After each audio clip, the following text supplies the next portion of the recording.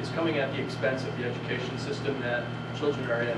And being able to fully fund our education system, so cities like St. Paul aren't having to raise their property taxes to fund the gap that is being made by this deferment of payments, is one way to help ensure that at-risk kids are being involved in school.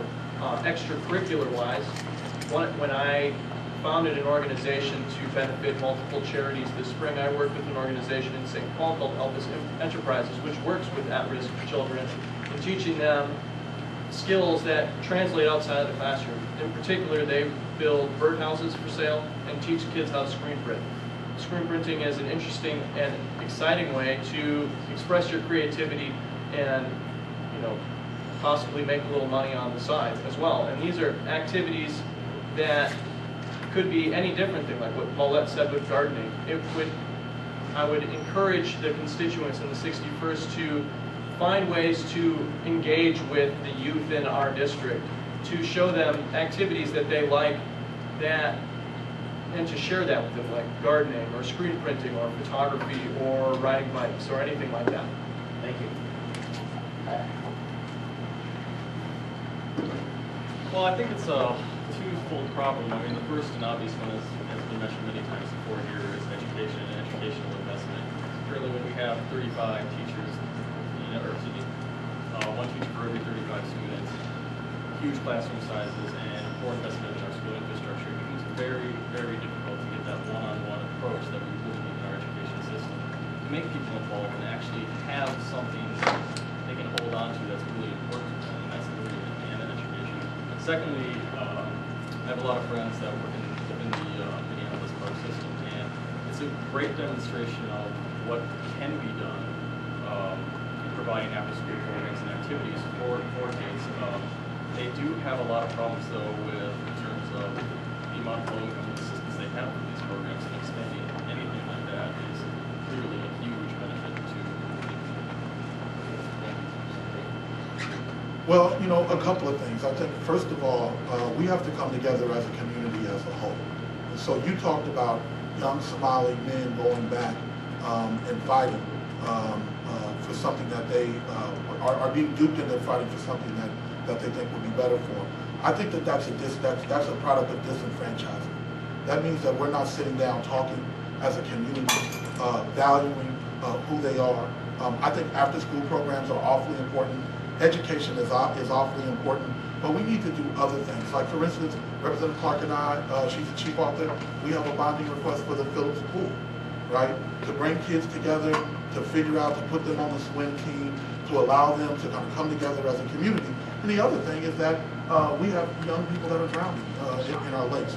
So it are these kinds of activities that I think that we can do that will help it. But I think the more overarching goal is to not demonize our children, is to figure out how do we work with them, and as a community, how do we come together? So we no longer are looking at children as just Somali children, or African American children, or majority culture children, that they're all of our children, and we have to find the best ways and the best inroads in which to make sure that they feel like they want to be in this country, they want to stay, and they want to contribute to the vibrance of our community.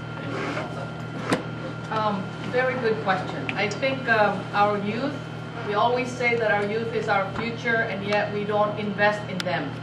I said earlier that one of the things that is important is to engage our youth when they don't have a vision of the future and a role that they can play. Of course, they're going to do something.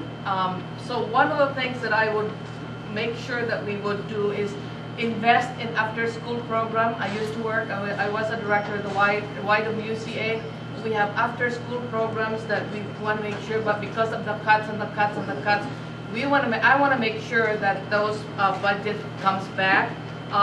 Brothers and sisters program, art. As a director of the art, using art to build community is also very important. I think the other thing that I want to make sure that we remember today, if nothing else, is to take away the negative label that we put to our kids. When we see at-risk youth, we already condemn them to be at risk.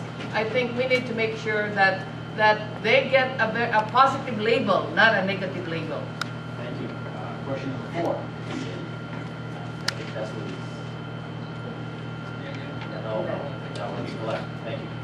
Question number 4 relates to small businesses. There's a lot of talk about small businesses. In fact, two of the largest complexes that house Somali shops and Somali businesses are in District 61.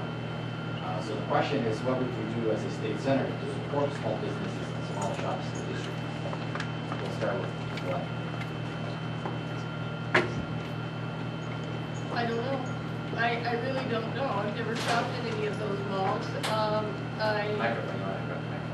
I've never shopped in any of those malls, and I would be willing to bet you that a huge majority of people in Senate District 61 have never shopped in any of those malls either. So I think one of the most important things that anybody, and I was a marketing director for a small firm that imported leather bags from the Czech Republic. They need to market themselves better. They need to understand how to get their message out. And I'm not sure what a state legislator can do to specifically encourage that to happen in one segment of the community. The entire community is going to be struggling in terms of the economy. So I really don't know the answer to that.